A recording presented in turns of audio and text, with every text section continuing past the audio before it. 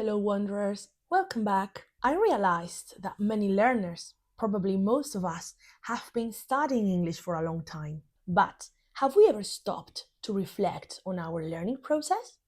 If we haven't, probably we would also struggle to talk about this in English. So today, we're not going to talk about the language itself, but how we experience learning it. And I found it really interesting because if you can't describe your learning, it's harder to understand your progress. This is why I want to share with you some vocabulary that you might find useful.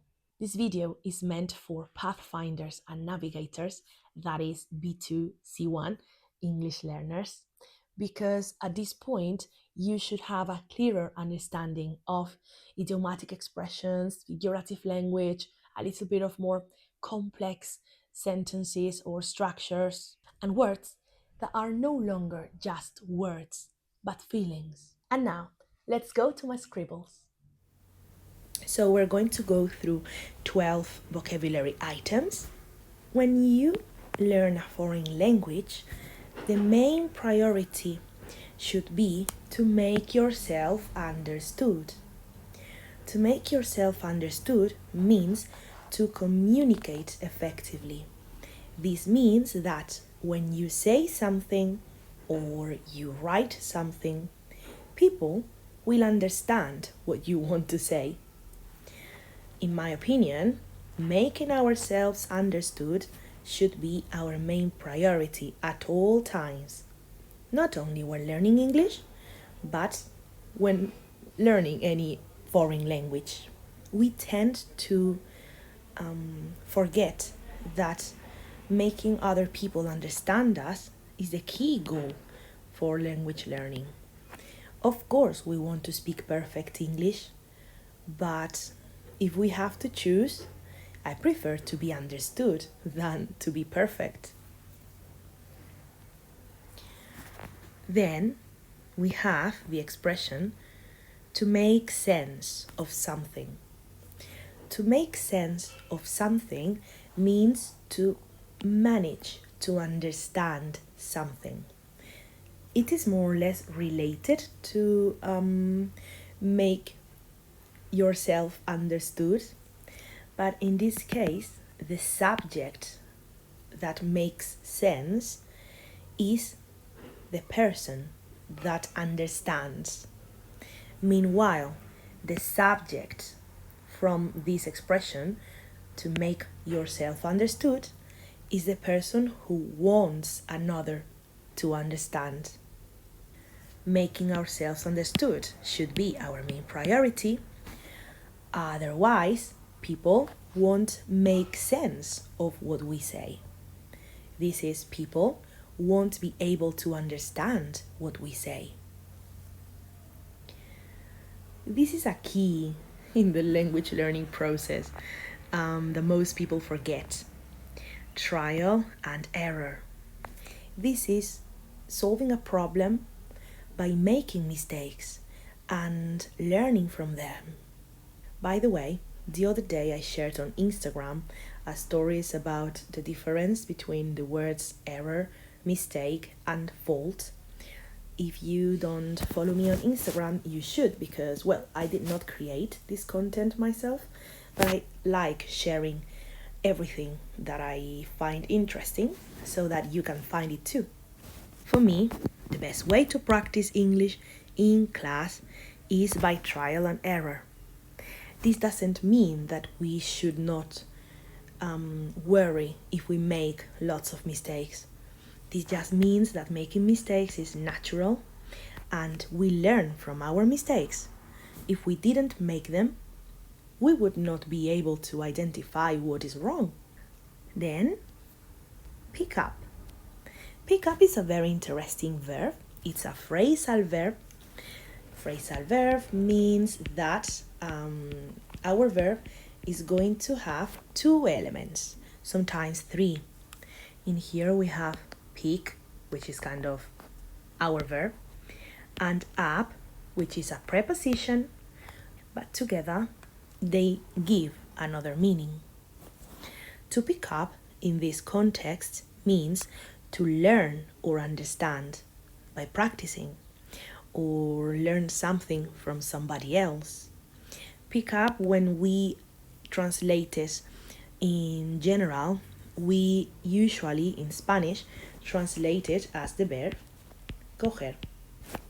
That means that we are going to use it, for example, when something falls off the ground, or we can also use this when we are going to take someone else from a place.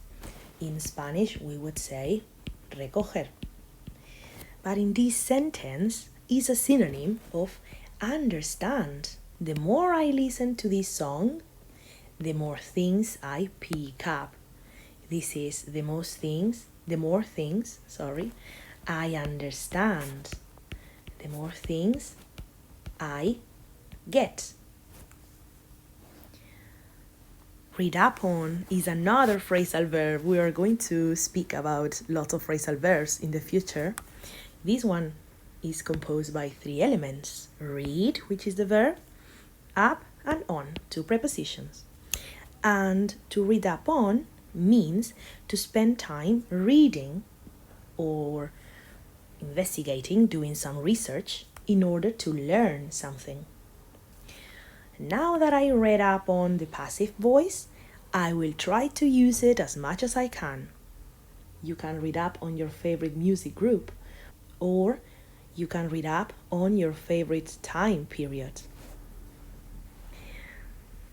A phrasal verb that looks scaringly similar is to brush up on. To brush up on something means to review that thing that you used to know, but you have partially forgotten because it has been a long time since you last worked on this. For example, I will teach a lesson about conditionals. I need to brush up on my notes. This means I need to review my notes. I need to revisit my notes to remember everything about conditionals. With, by the way, I should have written an S here. Oh, this one's one of my favorites. To rack my brains. We can also say brain in singular. Actually, I prefer to write or to say brain in singular because, well, I only have one brain. To rack your brains is to think very hard. In Spanish, we would say something like estrujarse el cerebro. That's it. And, well, I remember the situation in which I have had to rack my brain the most. I've never racked my brains as hard as when I took my C2 exam. That, seriously, has been the most challenging thing I have ever done, at least mentally challenging. I recommend everyone who is thinking about attempting to pass a C2 exam to keep this in mind because, well, it is no joke. Then we've got to stick at.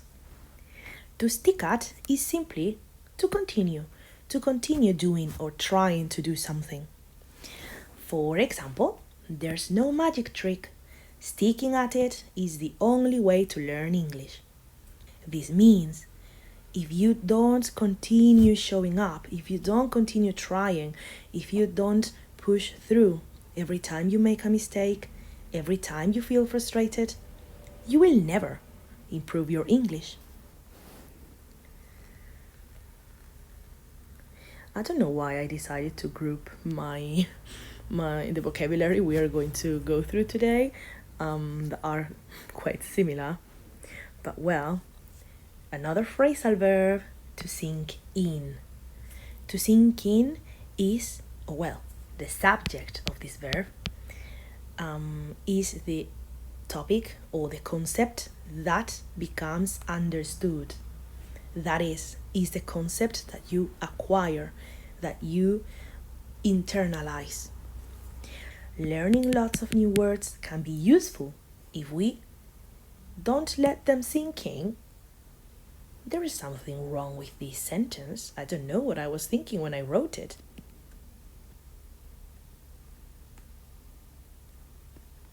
I got what was wrong. I'm fixing it. Learning lots of new words won't be useful unless we don't let them sink in. That's wonderful. Sorry for my ugly handwriting here, but well, this is natural. I don't mind. So, the next two use the same main word, if we can put it this way. Tongue. Tongue is this part of your body that is inside your mouth. In Spanish, we say la lengua. And when you have something on the tip of your tongue, it means that you know something, but you can't remember at the moment that you need to. When we learn a foreign language, this is something that will happen not every day, but very, very frequently. You know it, and once the other person tells it to you, you remember, you get frustrated for not remembering it, but well, that's just part of the game.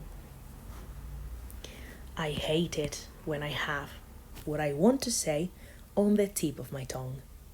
I hate it, and especially if you speak different languages, sometimes you are going to find that you have the word but in the language that you don't need at that moment. It doesn't work the way we want to all of the time. This I love. I love this expression. To roll off your tongue. When a word or an expression rolls off your tongue, it means that it's easy to pronounce and that you like to pronounce it. It's unlikely that Worcestershire rolls off your tongue. I find this word very difficult, not only to pronounce, because once you learn it or once you say it, it's not really difficult. What's difficult is to remember how it is pronounced. I always forget. The way we pronounce this. Then the last one, to knuckle down, is to focus, to start working, to stop getting distracted, to stop procrastinating, and start doing what you have to do. This implies that the task you are going to do is hard, or that you simply have to work very hard. Not necessarily the task is hard. And knuckles is a part of the hand. This is the part that is between your finger and your palms. And well, if you do a fist with your hand, your knuckles will come out. So knuckle down is very beautiful because it means that you put your knuckles down on the table and you get to work. And that's it for today. These expressions might seem simple on their own, but when you start using them, they can really change the way that you speak about your learning. Take your time with them, try them, see which ones you like best, and use them when you reflect on your own English. If you'd like to go deeper, I have prepared a Pathfinder quest below. And for those who complete it successfully within 24 hours, you can unlock a 10% discount for my classes as a thank you for your participation. And for those of you who would like to find more guidance on your journey, you can find the link to my sessions down below. I'll see you in the next step of your journey. Thank you for being here, and bye.